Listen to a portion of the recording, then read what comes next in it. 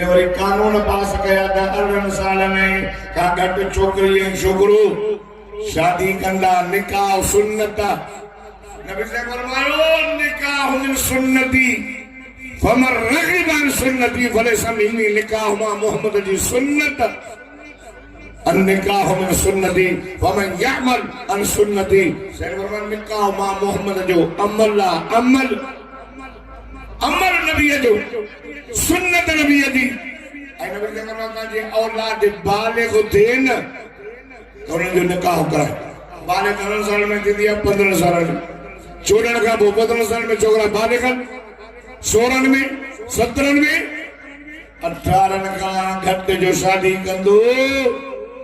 त पाकिस्तान जे जेके तहां इंतखाब करे ठप्पा हणी ओॾे मोकिलियो उन्हनि इहो कानून पास पिया कराइनि त इन्हनि छोकरनि ऐं छोकिरे जे मथां केस थींदो ज़िना बिल जबर जो उनजे पीउ खे सज़ा लॻंदी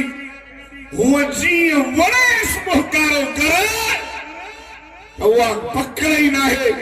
जे निकाह मदीने जे मीर जी सुन्नत अदा कंदो त ज़िना बिल जबर जो केस लॻंदो यार अंधेरा इस्लामी जमहूरियत ही पाकिस्तान ला इलाहा इल्लल्लाह जे बुनियाद ते हासिल थियो आहे तहां जेतो हिते ठप्पा हणी उनखे मुंतखब करे उन मोकिलियो उहे कानून इहे पिया पास कनि हिकु अल्लाह जो इंतिखाब आहे ॿियो तुंहिंजो इंतिखाब आहे रब जो त इंतिखाब इहो आहे जो अॼु सैमा मसाले जे मदरसे मां 20 ॼणा बदका बधी करे क़ुरान जा हाफ़िज़ आलिम थी ॿाहिरि निकिरंदा